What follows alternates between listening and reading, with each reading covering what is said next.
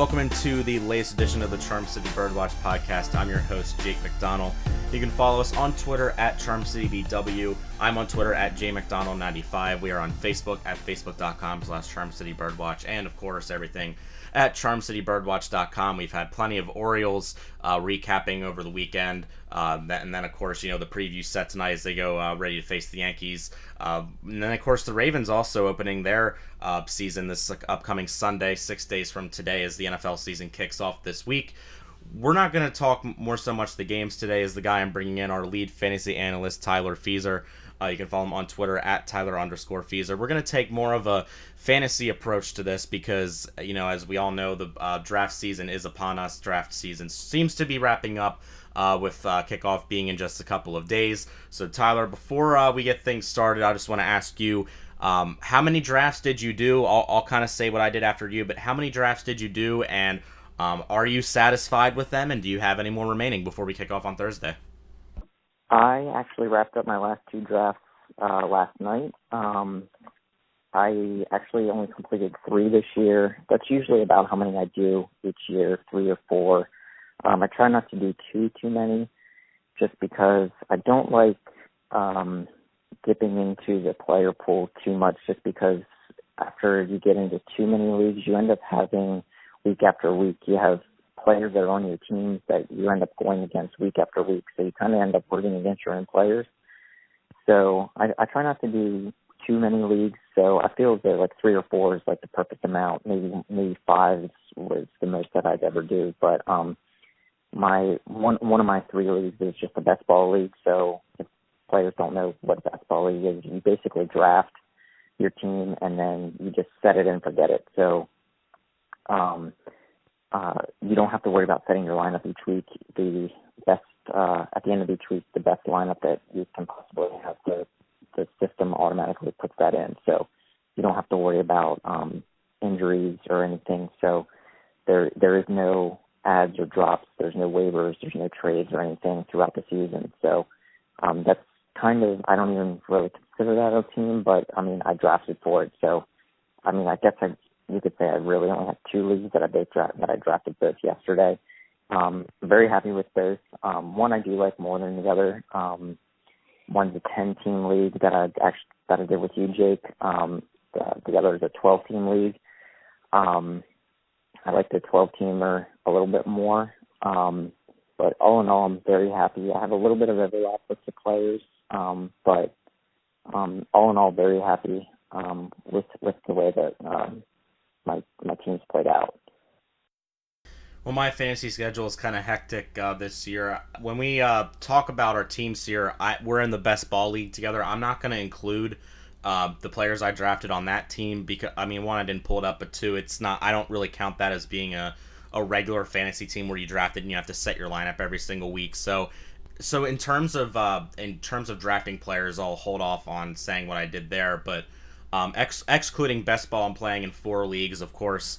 The league with you, I'm playing in a league with a couple people from work back home. That's also on Yahoo. I'm playing in an ESPN league. I mean, as you mentioned, we have a 10-team league. The league I just mentioned with my work buddies is a 16-team league.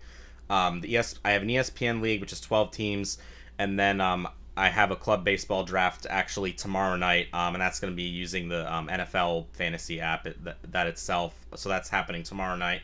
And out of those 4 leagues, 2 of them are paid for $10 and 2 of them are free. So obviously, since I'm paying money for the fantasy draft tomorrow night, I'm going to try to have a good draft there.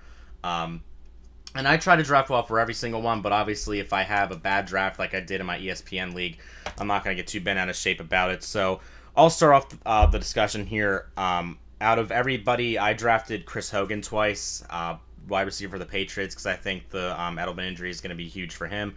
I also drafted O.J. Howard twice, maybe not somebody that's going to light up the scoreboard early on. I have him on my 12 and 16 team leagues. I didn't draft him in the 10-team league yesterday.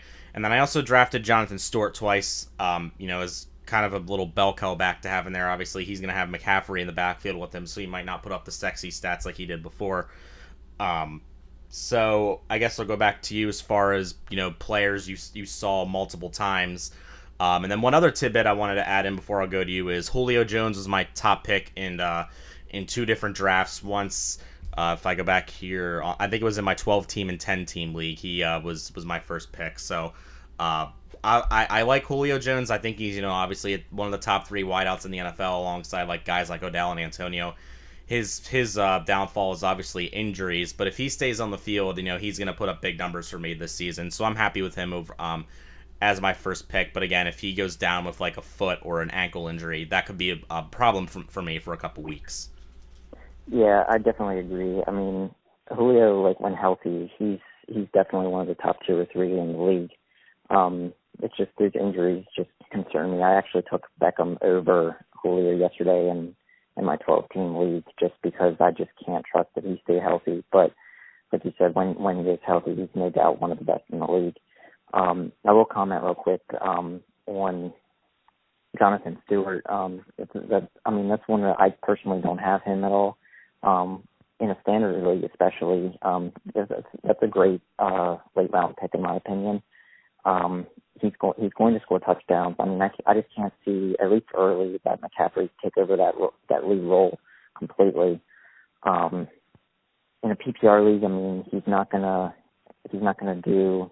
Jonathan Stewart isn't going to do a whole lot, but he is going to work between the 20s, a decent amount. So, and he's going to get the goal line work, I would think. So he's a good pick in my opinion. And Jordan Howard was a guy that I liked early until Cam Meredith went down, and now I just avoided him completely yesterday in my two leagues just because I think teams are just going to stack the box until whoever is playing quarterback for Chicago is going to be able to prove that they can pass the ball. And if they do prove that they can take guys out of the box, I think Howard could end up being a great pick for you. Just with once Meredith went down, I just wanted to avoid that situation completely. But I don't think it's going to be a bad pick. It's just a situation that I wanted to avoid personally. The two guys actually that in the two non-best ball leagues, there was only two guys that I drafted in both of my seasonal leagues that weren't best ball. And those two guys were Joe Mixon and Kendall Wright. Once Cam Meredith went down, all the fantasy experts that I listen to and take advice from, they were all recommending that Kendall Wright is going to be a PPR machine this year. And both the leagues that I play in are PPR leagues. They were all saying that Kendall Wright is going to be the guy, the receiver to own in Chicago. So as a late round pick, I figured why not? I might as well take a chance on Kendall Wright. If he ends up not doing anything through the first 2 or 3 weeks, I can always drop him and take a chance on somebody else. Whereas if I need to drop somebody for a bye week, he could be that guy if he's not producing. So I figured why not? And Jim Mixon, I ended up going wide receiver heavy early and needed a running back. I know he's not necessarily slated to be on the depth chart as the starting running back in Cincinnati, but after a few weeks, I believe that he will take over that starting job, and I think as a 4th or 5th round pick, I forget exactly where I got him, he could end up being a really good pick for me. So other than that, I mean, the guys that I was targeting, I mean, I got quite a bit of overlap in my other leagues with best ball, like guys like Dalvin Cook, Bilal Powell, Kyle Rudolph, and then the Eagles defense as well. But overall, I mean, it was like I said before. I mean, I ended up really liking my draft. I like the fact that I didn't get as much overlap as what I thought I was going to have, which is always nice. I usually have a little bit more overlap than what I did this year. So, all in all, I really liked my drafts, and we'll just have to see how things play out. One last thing I wanted to add, according to my teams, was I was talking about Julio Jones being my top pick in both of my Yahoo leagues, and then I have Antonio Brown as my top pick in my ESPN league. The other thing, I mean, we talked about this yesterday. It just played out how it did. I have 3 Lions in my starting lineup. Matt Stafford is my quarterback. Golden Tate is my second receiver, or second or third receiver, and then Amir Abdullah in our flex position. And then I guess I'll ask you this too.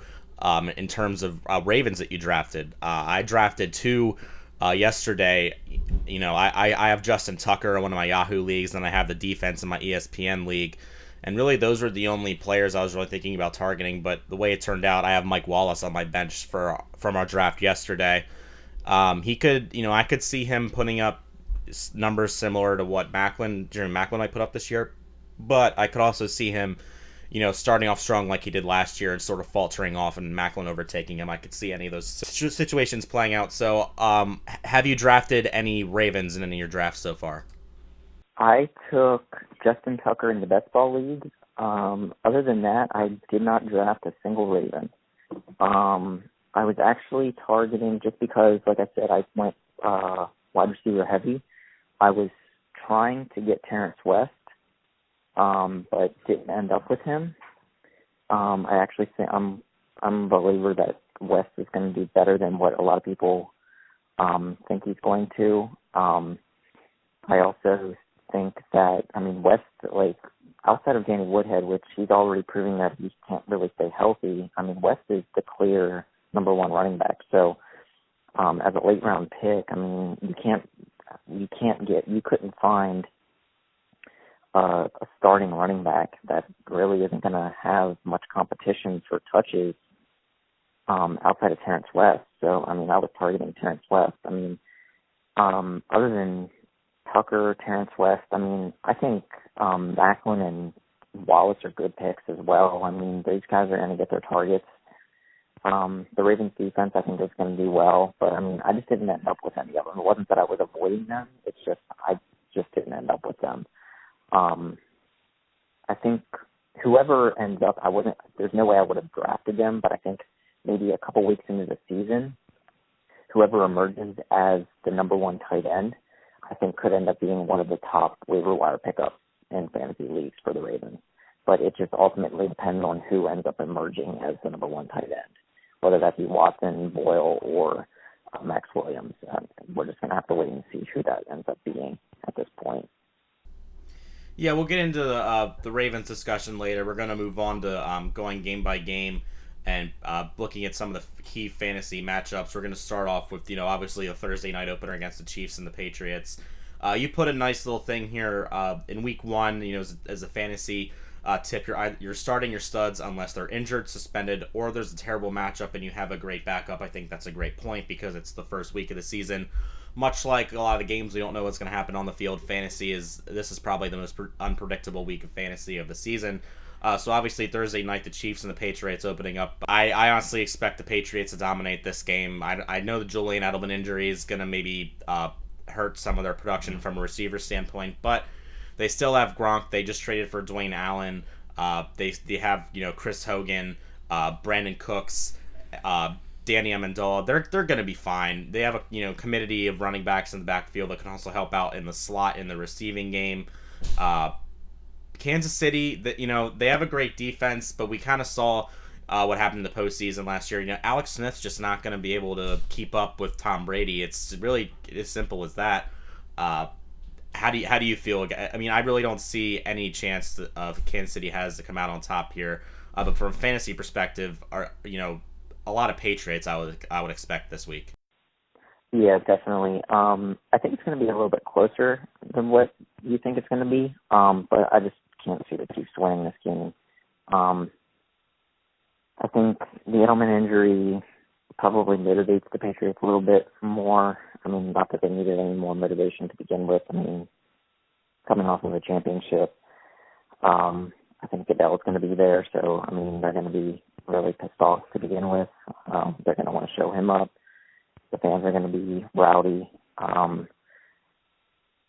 When it comes to fantasy, obviously, like you said, you're going to be starting your studs. So obviously, you're going to be playing Brady. I think the biggest question in this game, when it comes to fantasy, is when it comes to defenses, you used the top three or at least the top five pick when it comes to defenses on Kansas City's defense. And do you start Kansas City's defense this week? In my opinion, I'd say, obviously, if you only picked one, if you only drafted one, you pretty much have to. I guess, unless if you have a guy on your roster that you're willing to part with already, in which case you can drop and maybe pick up a defense that's on the waiver wire that has a favorable matchup. Maybe the Rams are on the waiver wire. Maybe Atlanta's on the waiver wire. The Bills maybe, but otherwise, I mean, you're just gonna have to start Kansas City's defense, which is not really a great spot to be in. But I mean, Brady's gonna be Brady, obviously. Hogan's gonna be in a good spot. Cooks is gonna be in a good spot. Gronkowski are gonna obviously start. The Patriots backfield, I mean, it's not really a situation that I like, to be honest. I mean, it's just too much going on, and you never know what is going on in Belichick's head. I mean, Gillislee is who everybody believes to be the number one running back there, but I mean, one fumble and he's riding the bench for 5 or 6 weeks. So, I mean, and then after he goes, if that happens or if he gets hurt, who knows who's the second running back to come in. So, I mean, the Patriots backfield personally is a situation that I'm avoiding. When it comes to Kansas City, I mean, obviously you're starting Kelsey and Tyreek Hill. Kareem Hunt is a guy that personally I think could end up being one of the biggest busts of the season. Their schedule to start the season is pretty brutal. I'm drawing a blank as to who they go to in week 2 and 3, but they are not favorable defenses. New England is going to be a tough week 1 matchup as a rookie. And, I mean, outside of them, I mean, like you said, Alex Smith isn't going to set the world on fire. I mean, he can't push the ball down the field. I mean, he's probably going to be forced to now that Mahomes is behind him. But, I mean, outside of them, I mean, like you said, I mean, it's going to be mostly, fantasy-wise, it's going to be mostly Patriots, and in Kansas City, it's going to be Tyreek Hill and Travis Kelce. But I could see Bill Belichick taking Tyreek Hill out of the game. I mean, Belichick is great at taking away the number one weapon, and I feel as though they're going to take the gadget player Tyreek Hill out. So it could be a Travis Kelce game, a big Travis Kelce game when it comes to Kansas City. I don't know about you, dude, but I mentioned I picked Chris Hogan twice. One time, I mean, it was yesterday for one of the times, and the other time I drafted him in my ESPN league was right after Edelman got hurt. And I don't know about you, but I think Hogan's going to have a really big year. I'm hesitant on Hogan just because everything that I'm reading, first off, I'll say this. Amendola is not a guy that I'm interested in. Amendola is always hurt, for one. So I do like Hogan more than Amendola to begin with. And with the Patriots just trading for Philip Dorsett, I'm not interested in Dorsett either. Hogan's probably the one that I'm interested in the most, but I'm just not completely sold on Hogan. Hogan's going to have a good year, but I just don't think that he's going to have the Edelman type year either. I just think Brady isn't going to lock in. He's not going to take over the Edelman role completely. Brady's more of the, if you're open, I'll throw it to you. So Hogan is going to have to be open for him to throw it to him. Brady's not going to care who is there. And just because he's taking over the quote-unquote Edelman role doesn't mean that he's going to get those Edelman targets, in my opinion. I think it's going to be whoever is open is going to get the ball. And that's just the way that I feel about that situation. So I think Hogan's value rises, but I don't think it necessarily is going to skyrocket like a lot of people expect it to. That is the opening game on Thursday night, 8:30 on NBC, Chiefs at the Patriots. We are going to go through a couple games here. Might not hit on all of them, but we're going to hit on the Ravens. We're going to hit on the primetime games and the key matchups. So let's start off with the Ravens taking on the Bengals Sunday at 1 o'clock. I know we wanted to kind of go back and forth here. I'm just hesitant on the Ravens from a fantasy perspective because I just don't know how good their offense is going to be. It's either going to be average or poor. I didn't feel good about taking Mike Wallace. You know, you said you're okay with the pick. You know, it was a late round pick. If I landed Wallace or Macklin in the late rounds, that would have been fine. but I just don't know how good this offense is going to be. I'm fine with the Tucker pick that I got yesterday. I think that's going to be a big one. I'm satisfied with the Ravens defense. I think they could end up being a top 5 unit, but I could also see them slipping off if the offense is going to be very poor and the defense is on the field all the time and they're worn down by November. That's my concern there. But but to start off the season, I feel okay about the Ravens defense. So before we break this game down, are you feeling similar to me because of the concerns the Ravens are facing on offense now, or are you more open to the idea of taking maybe like a West or a Macklin or even a Perryman? You mentioned whoever the tight end is, that could be a steal if we see like Nick Boyle emerge. But do you share the same concerns that I have on offensive players for the Ravens? I guess so. It's just I don't really know how to feel because it ultimately comes down to Flacco and how he handles the whole situation. I want to see if he uses his back as a crutch, because I think the whole season rides and how everybody around him does when it comes to the fantasy terms with how his back has healed and whether he lets it affect him moving forward. I think at least week 1, the timing might be an issue. I don't think it really affects West all that much.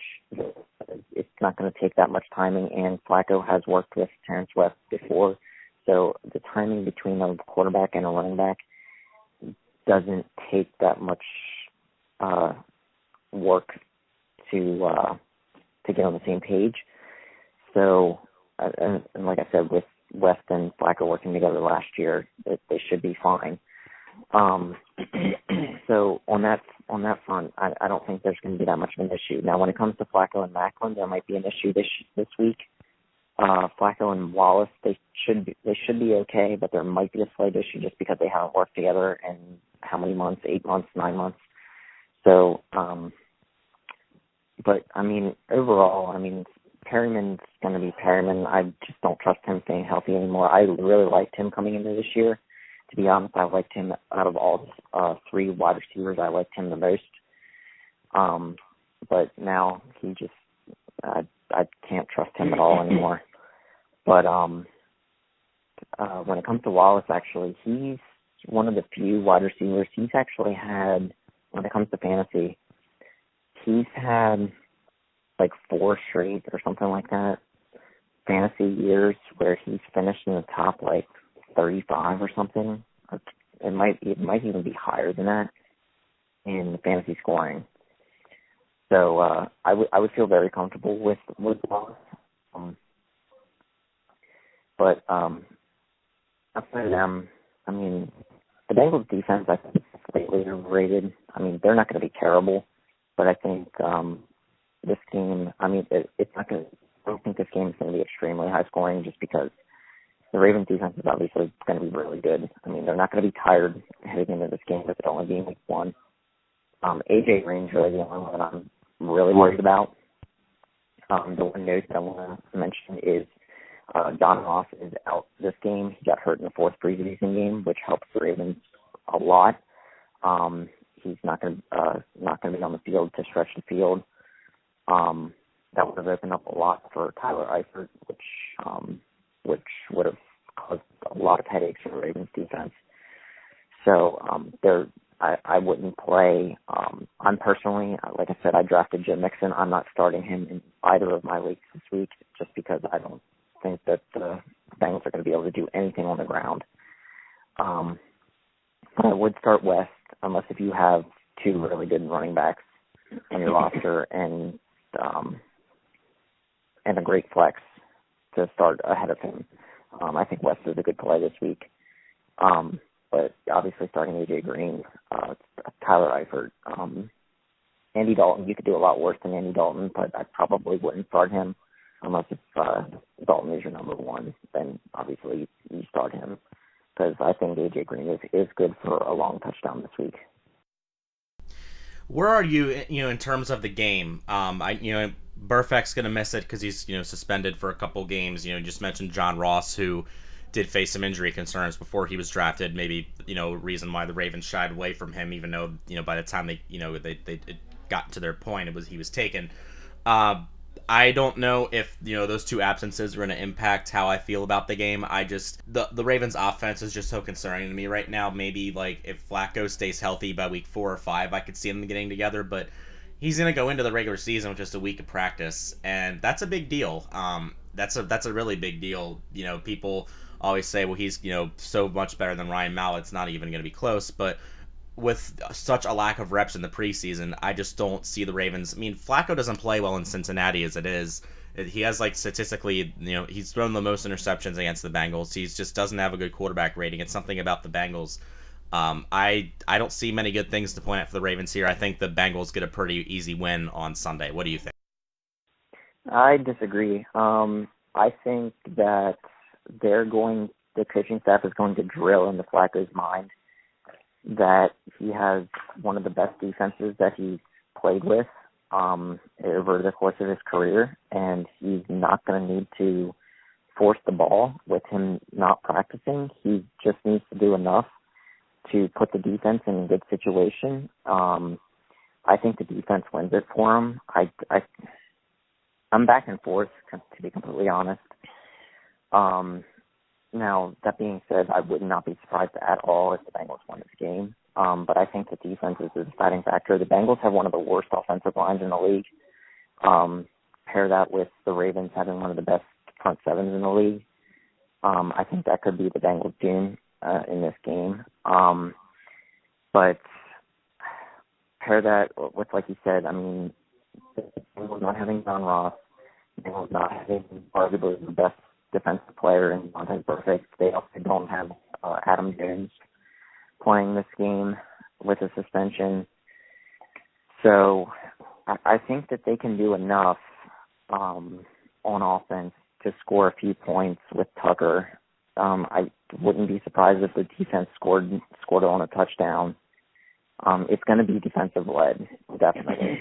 But with the Bengals' terrible offensive line, I think the defense will win this game for them, but it's going to be ugly, that's for sure.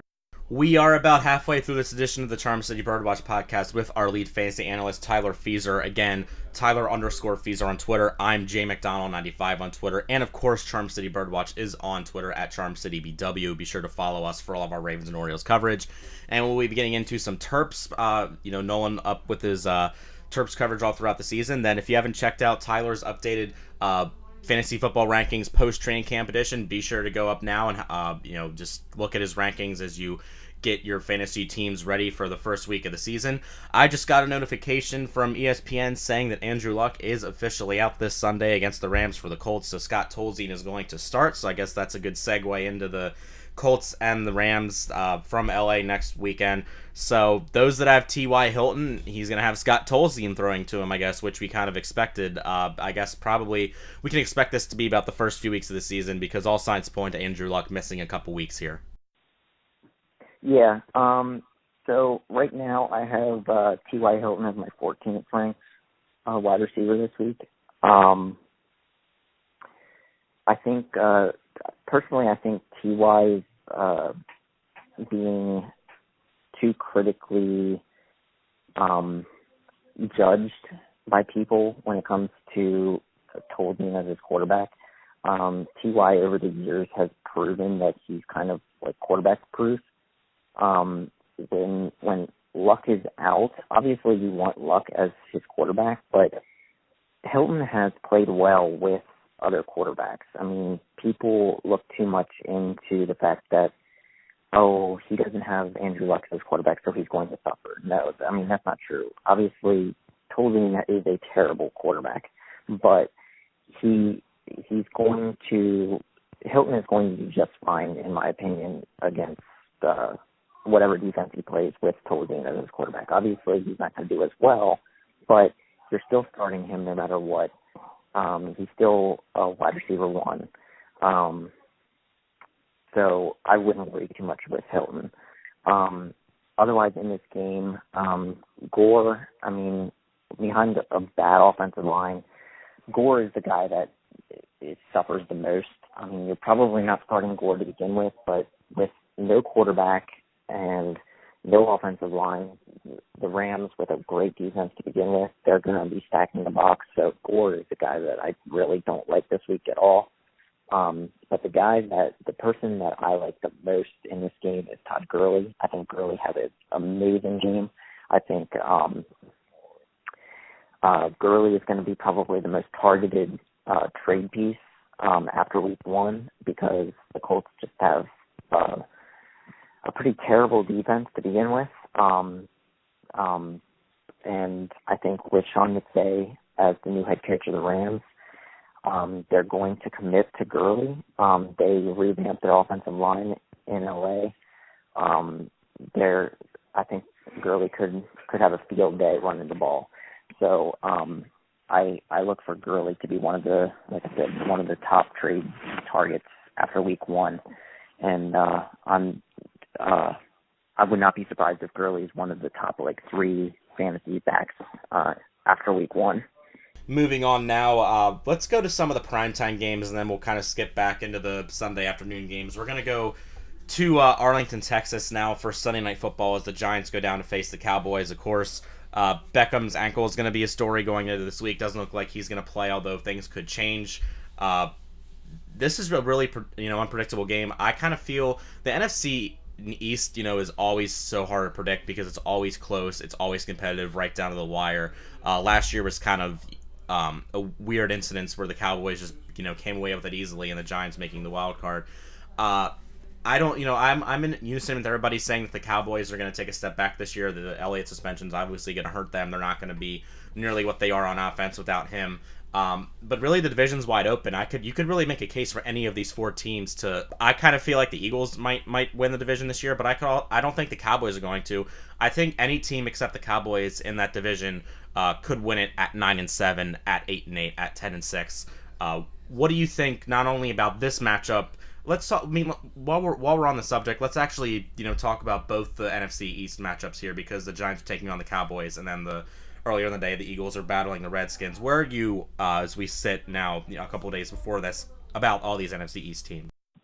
Yeah. So first on fantasy, I completely agree with you that any of these four teams could end up winning the division. I think the Eagles personally are getting disrespected like you. I think of all the four teams, I think the Eagles are probably, by the masses, the least picked team to win the division. And everybody's just crapping on the Eagles defense, saying about how terrible they are when I think the Eagles could have one of the best defenses in the league. I mean, maybe not top 5, but they could at least be top 10, in my opinion. They've really addressed their secondary this year, and they have a great pass rush. They always have. Eagles fans that just say that they have so many Eagles fans complain about the Eagles defense, and they're just so off base that, it's just so wrong. But, any of these four teams could end up winning the division. Now, when it comes to this game, I'm probably going to go with the Giants. Just the Giants have the Cowboys' number over the past couple times that they've played, and at this point, Elliott is still suspended. Now, that could change over the next couple of days. But with Elliott out, I think that might end up being the deciding factor. The Giants' defense is stacked. And when it comes to the other game, I don't know. This is a real toss-up. I'm probably going to lean the Eagles just because of the defense. Their offense has also improved a lot over the offseason, adding weapons around Wentz. When it comes to fantasy terms, I really like Zach Ertz this year. And in this game, ever since they traded Jordan Matthews away, Ertz is supposed to work on the slot a little bit more, which he could just feed there, working on smaller cornerbacks. Really like. I'm avoiding the Eagles' backfield just because you just don't know what is going on there. So many reports coming out that they're going to trade LeGarrette Blount, they're going to cut LeGarrette Blount, or bring back. I'm just avoiding that situation. Really like Kirk Cousins. I actually have Cousins as my quarterback in one of my leagues. I like Rob Kelly. Maybe not so much this week just because of the Eagles defense, but if you need to start him, you could do a lot worse than Rob Kelly. Really like Jamison Crowder. I think he continues to build off of last year. Could have a really good game this week. When we move down to the Eagles or the Giants and Cowboys, McFadden should have a decent game. Like I said, the Giants defense is really darn tough. But behind the Cowboys offensive line, I think he's good for a score. Jason Witten worked well with Dak Prescott all last year. Continued to work well with him in the preseason. I think he's good for 5 or 6 catches, maybe a score. Beckham, like you said, it's a toss-up at this point. I think they're leaning closer that he might end up playing now. It's just something that you have to monitor. If he doesn't play, Sterling Shepard's great play. And again, I'm avoiding the Giants' backfield personally just because you don't know what they're going to do.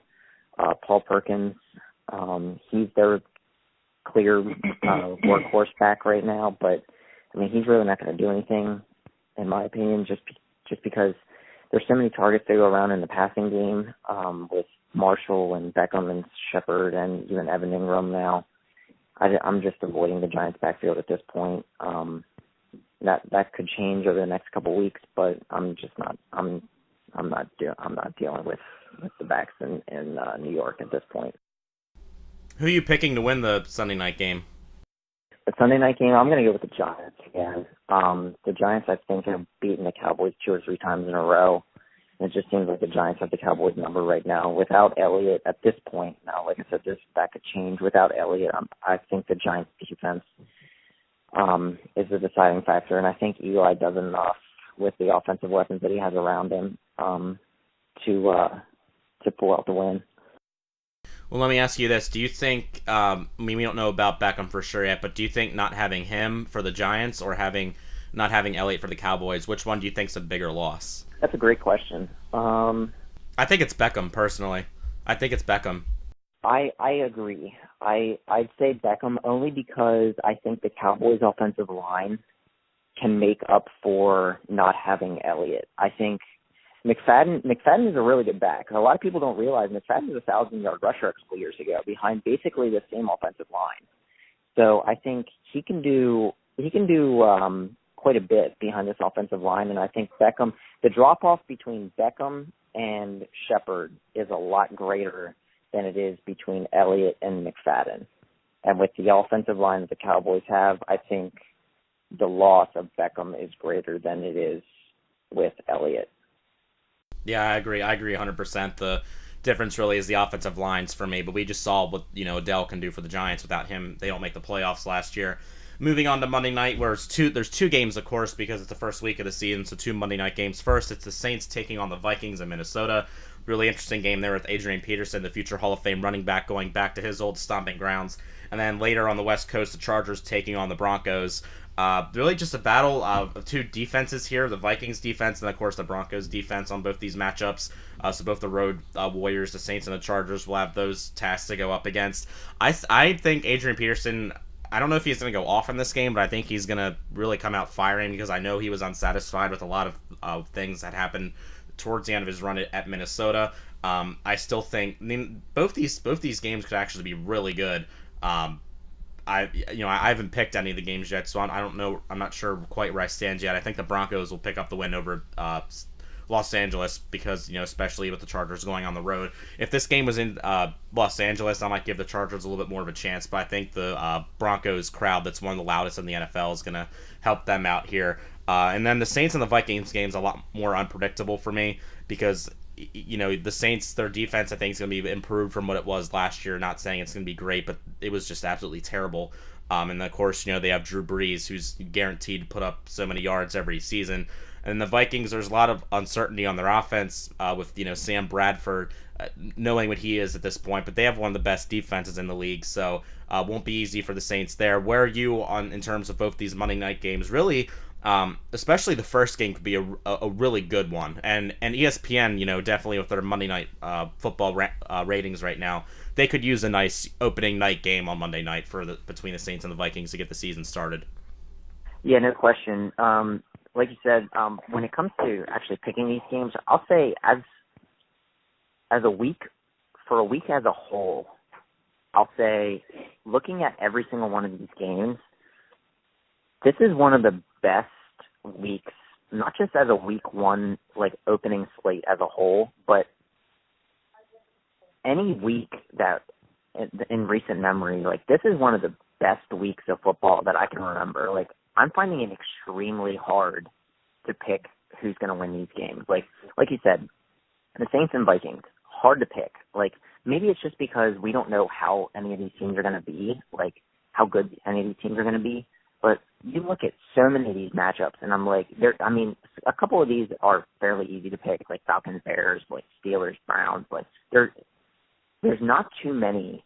I'm finding more toss-ups that I just have no idea who I'm going to pick than I can remember in recent years. I don't know about you, but like I just find this. I think this is going to be a great week of football, and I'm actually glad, with me having season tickets for the Ravens, I'm glad that the Ravens are on the road week one and that I can sit at home and watch all these games, because with so many great matchups, I'm just happy that I get to watch all of them.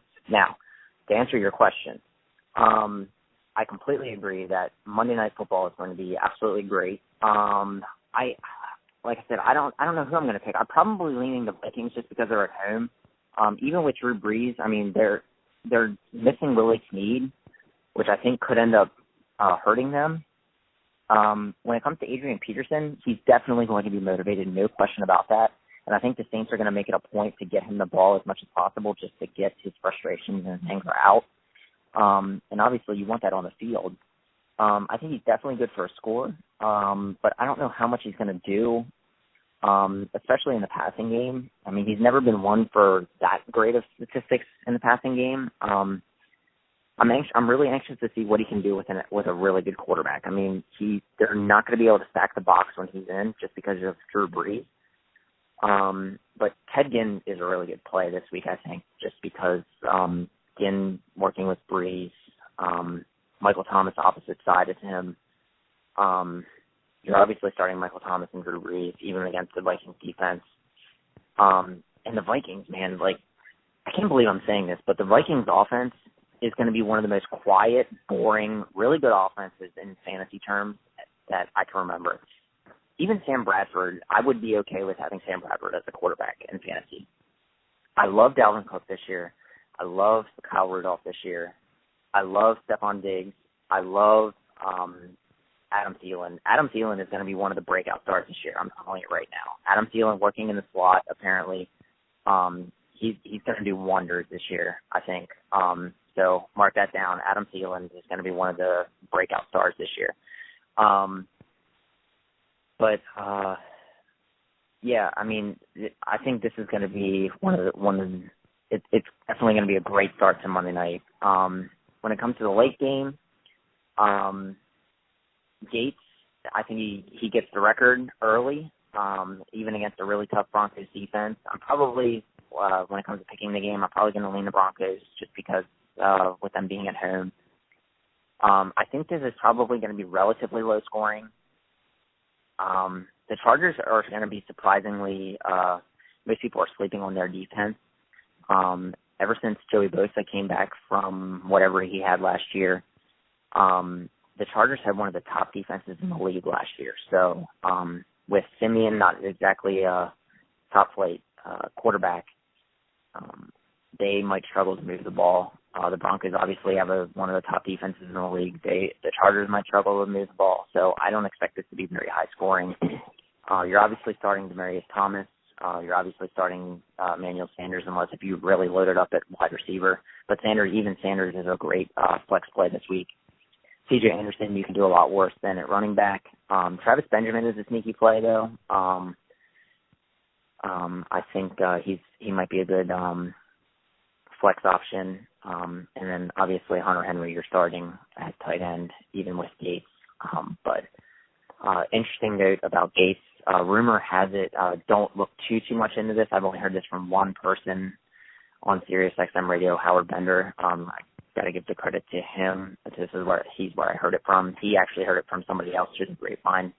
Like I said, I've only heard it from one person, and it may not carry any weight. but he had heard that Antonio Gates, once he gets the record, the touchdown record, he heard that Gates is going to retire. So anybody that has Gates, you might want to get another option as soon as possible as a backup, just in case if he does retire after he gets the record. So, and anybody that has Hunter Henry, you might be in for a gold mine at tight end. So, but I mean, that could all be not true completely. So, just something to think about. Well, I mean, what are the Chargers like? Is the reason you bring up Gates retiring? I could see the Chargers, not maybe competing for a playoff spot, but I don't think they're going to be as terrible as a lot of people are letting on. I think they could win up to. I mean, 8 might be kind of generous. Maybe 6-10, 7-9. Maybe they might not be vying for a playoff spot, but they're certainly not like the Jets or another lowly team in the AFC. I just don't. I know Antonio Gates has nothing else to prove, but why not make one more run at it? I completely agree with you, Jake. I could not agree with you more. I cannot believe that people completely are writing off the Chargers. I mean, like I said, their defense is going to be at least top 12 in the league. Their offense just got better. They over the offseason, one of the best receiving corps in the league. They have arguably a top 5 running back in the league. They have Phillip Rivers, who does not miss any games. Yeah, their offensive line is suspect, but yes, they have a tough division. But when you said 8-8 might be being generous, I don't think that's being all that generous. I don't think it's out of the question that they go 8-8. I mean, I just cannot believe that people continue just crapping on the Chargers this year. I mean, it just blows my mind that people just continue to say, oh, they're going 3-13 this year. No, I see no way that the Chargers go that bad. I mean, yeah, they may go 6-10, but I don't think it's out of the question that they go 8-8 or 9-7 either. So yeah, I completely agree with you on that, Jake. And kind of glancing over the 4:00 games here, the later games on Sunday, boy, Seahawks and Packers, that certainly stands out there as a big matchup. That'll be the big game late in the day. Both these teams kind of start off slow and then make, historically start off slow, then make runs towards the postseason. This could end up being a really high scoring game. I could also see it being very low scoring too. This is a very hard game to pick. Looking at the teams on paper, the Seahawks are an easy pick to make, but they're going on the road, and historically, how many times have we seen the Seahawks go on the road or even playing the Rams week 1 in the past and slip? This is a really, really interesting game. Could be one of the best ones of the week. Of course, it'll be interesting to see. But where are you on this one? Great point on mentioning that both of these teams historically start out really slow. I mean, I didn't even think about that myself. I'm leaning more towards the Packers just because the Seahawks generally start out a little slower, probably, and I trust Aaron Rodgers at home a little bit more. I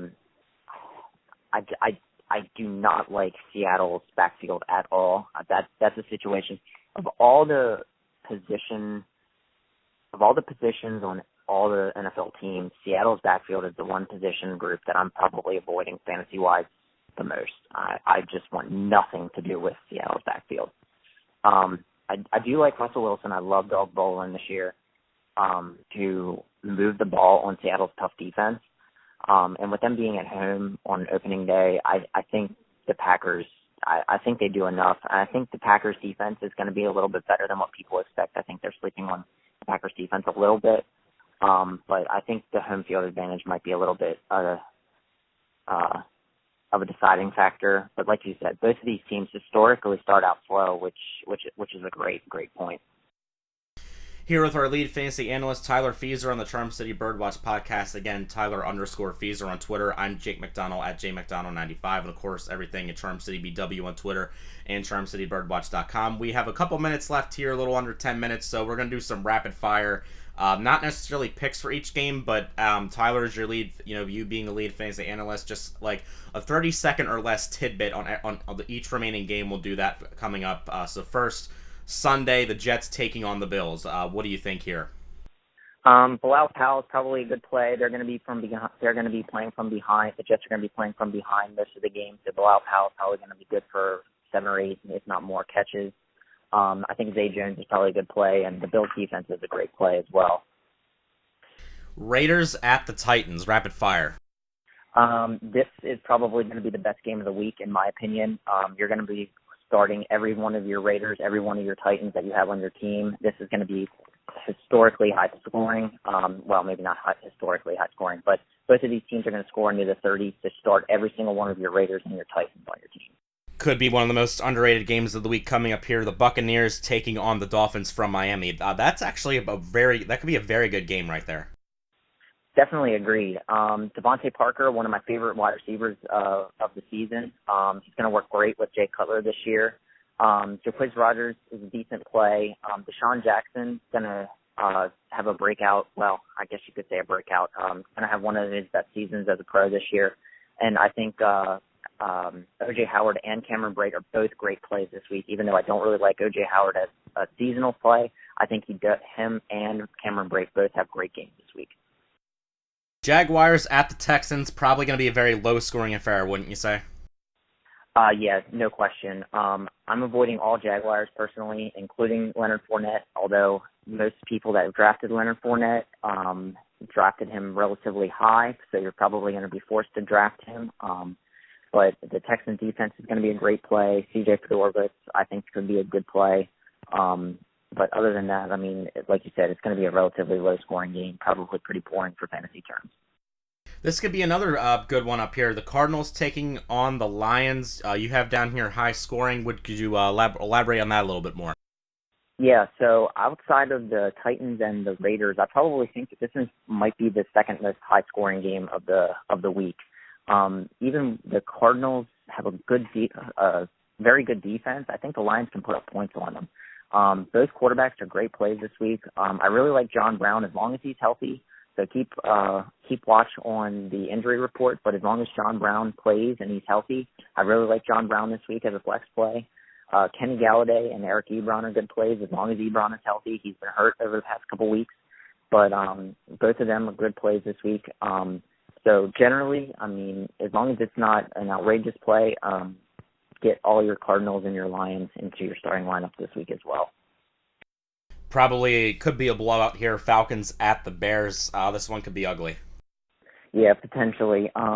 Again, I'm probably avoiding most of your Bears this week, including Jordan Howard. I mean, once again, you probably used a high pick on Howard. You could do a lot worse than Howard. But so I guess you could say you're starting Howard. Ideally, you don't really want to play Howard, but you used a high pick on him, and like I said, you're starting your studs. So week 1, you're starting Howard. But other than Howard, you're not going to be starting any of the other Bears. Start all your other Falcons except for Tevin Coleman. I'm not really liking Tevin Coleman this year. Until Steve Sarkisian can prove that he can utilize Tevin Coleman the same way that now I'm drawing a blank on his name. The offensive coordinator that just left for San Francisco. I'm completely drawing a blank on it. Shanahan. Yes, thank you. Until he proves that he can utilize Coleman the same way that Shanahan did, I'm not really liking Coleman this year, so I'm playing all the Falcons all the main Falcons besides Coleman. Another game that probably doesn't need too much talking about, the Steelers taking on the Browns. The Steelers are finally going to have all 4 of their key guys on the field, Big Ben, Brown, Bell, and Bryant, all beginning with a B. You have start all Steelers here, and Brown's not having Joe Hayden anymore, who's going to be on the Steelers now. This game could be, I could see this game being close, but more likely than not, probably going to be ugly. Yeah, completely agree. I could see it being close. It's probably going to be a decent blowout, not complete blowout, but decently close. I think John Kaiser is a decent play, especially in 2 quarterback leagues. Corey Coleman has proven that he's working really well with Deshaun Kaiser, so Coleman is a good flex play this week. Duke Johnson, if you need a flex play, especially in PPR leagues, is a good play. Crowell, you're probably starting him as your running back 2. When it comes to the Steelers, don't be surprised if Le'Veon Bell gets hurt. I was avoiding Le'Veon Bell.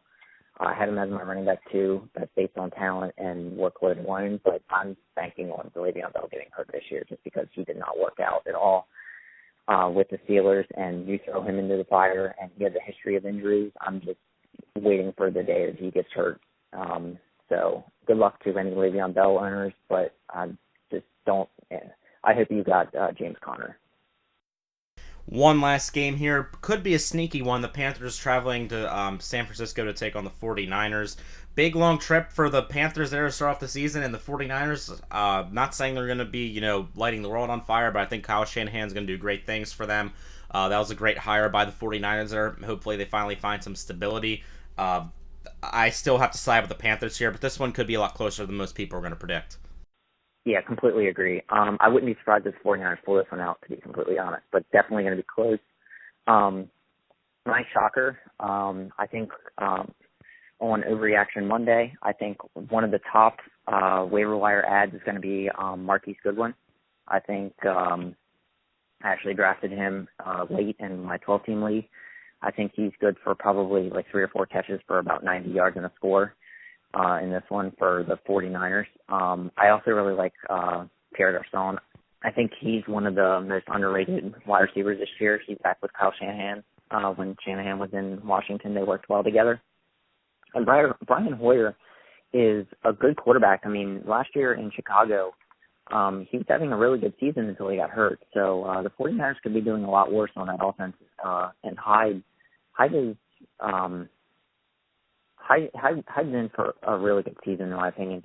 And obviously, I think Cam Newton is going to have a really good season. I think he could have a really good game as well. And I think Devin Funchess is good for a score this week.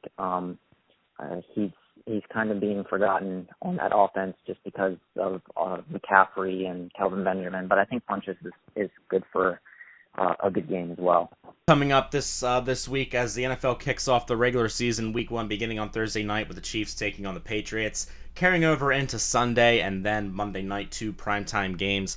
Tyler, thanks for calling in, and we're going to be doing this all throughout the season with our lead fantasy analyst on Charm City Birdwatch, taking a little bit different spin on this, not just from a football standpoint, from a fantasy standpoint as well. Anything else you want to add aside from checking out your articles at Charm City Birdwatch on all things fantasy football related? Yeah, I don't believe so. Just gonna try and do this every other week. The weeks that we don't actually do a podcast, I'm gonna try and get up my rankings into an article. Try and get other articles up throughout the week. Just keep checking back. And if anybody ever has any sit-start questions for me, just reach out to me on Twitter, and I'll respond relatively quickly, to be honest. And if anybody has any daily fantasy questions as well, I won't be posting any content for daily on the site, but if anybody has any daily questions, just reach out to me on Twitter as well. You can reach him at Tyler_Feeser. Reach us at CharmCityBW, me, Jake McDonnell 95. Facebook.com/CharmCityBirdwatch and CharmCityBirdwatch.com. And of course, you're listening to this podcast through either iTunes or SoundCloud. Tyler, thanks for doing this. We'll kick it off in a couple more weeks here on the Charm City Birdwatch podcast. So hope you enjoy Week 1. We'll see you back here soon.